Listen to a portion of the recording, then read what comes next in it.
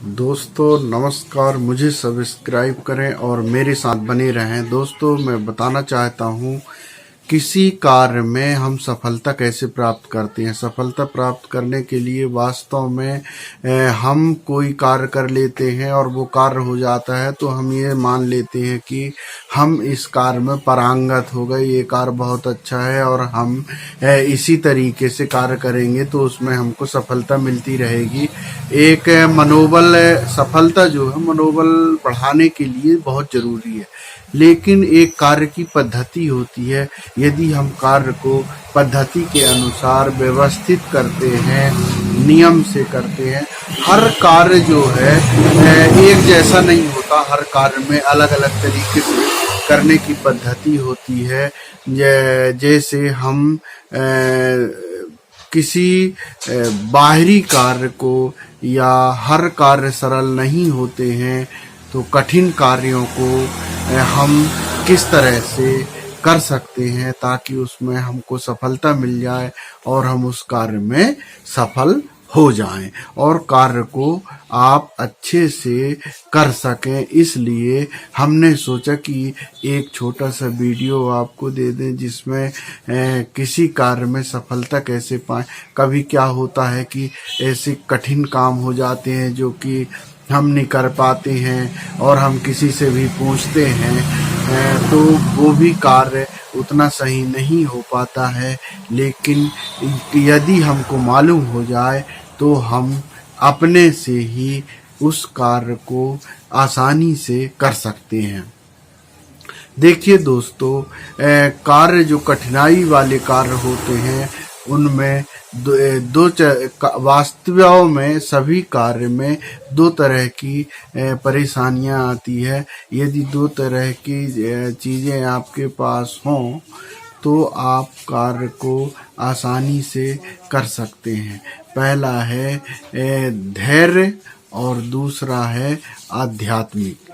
यदि आप किसी कार्य में धैर्य नहीं है या काम को आप सही कर नहीं पा रहे हैं, आपके धर्म जो उसमें धर्म भी रहता है, धर्म भी जुड़ा है कार्य के साथ में कि हमारा धर्म क्या है, क्या कार्य अच्छा है, सभी के लिए है, किसी के हिंसात्मक तो नहीं है, किसी को परेशान करने के लिए तो नहीं है, या उससे किसी की जनहानि तो नहीं हो रही है।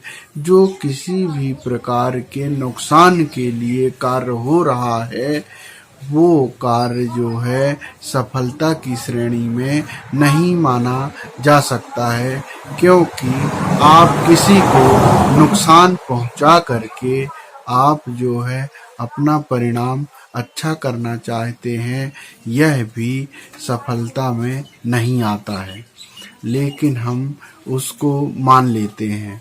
इसमें ये धर्म से संबंधित है। धर्म का मतलब हम किसी कार्य को बिना किसी के नुकसान के और अच्छे से कर सकें, वो हमारा परम धर्म होता है। और दूसरा क्या है, आध्यात्मिक है।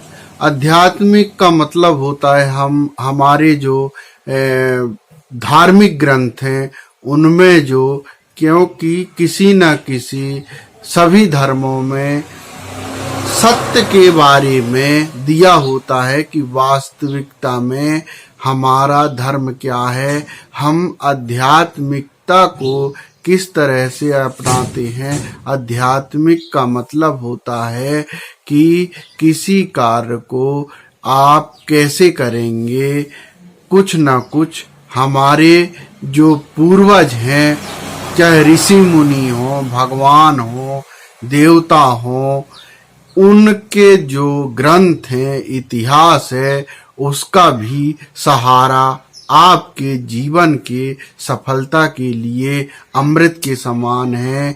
आपके लिए वह आपके जीवन में कभी भी नुकसान नहीं पहुंचा सकता है। एक सुंदर जीवन की हम बात करते हैं तो एक सुदामा जी जो हैं अपने हिंदू धर्म में, वो अभी द्वापर की बात है, कहा गया है कि सुदामा की कुटिया में उनका परिवार था, लेकिन उनके पास किसी प्रकार का कोई साधन, व्यवस्था, रहन सहन कुछ भी, एक गरीब से गरीब की तरह उनका जीवन यापन था। लेकिन जीवन उनका श्रेष्ठ था, सुंदर था, और भगवान अपने आंसुओं से सुदामा के पैरों को धोए, उनके चरण पखारे।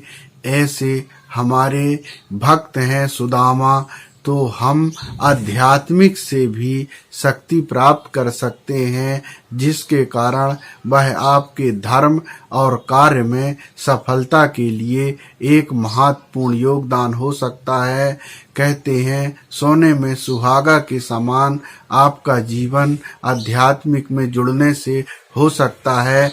आप किसी कार्य को कैसे करना है, इसके तरीके भी, इसका सहारा भी आपको आध्यात्मिक ज्ञान से मिल सकता है। इसलिए हमें आध्यात्मिक ज्ञान का भी नॉलेज होना चाहिए। वो हमारे जीवन में अमृत के समान है। हम जो भी शिक्षा प्राप्त करते हैं सफलता के लिए करते हैं। अपना जीवन अच्छा कैसे चले, हमारा जीवन यापन अच्छे तरीके से कैसा हो, इसलिए हम शिक्षा भी प्राप्त करते हैं। और शिक्षा के साथ साथ शिक्षा में सफलता ही जीवन का सार तत्व नहीं होता है।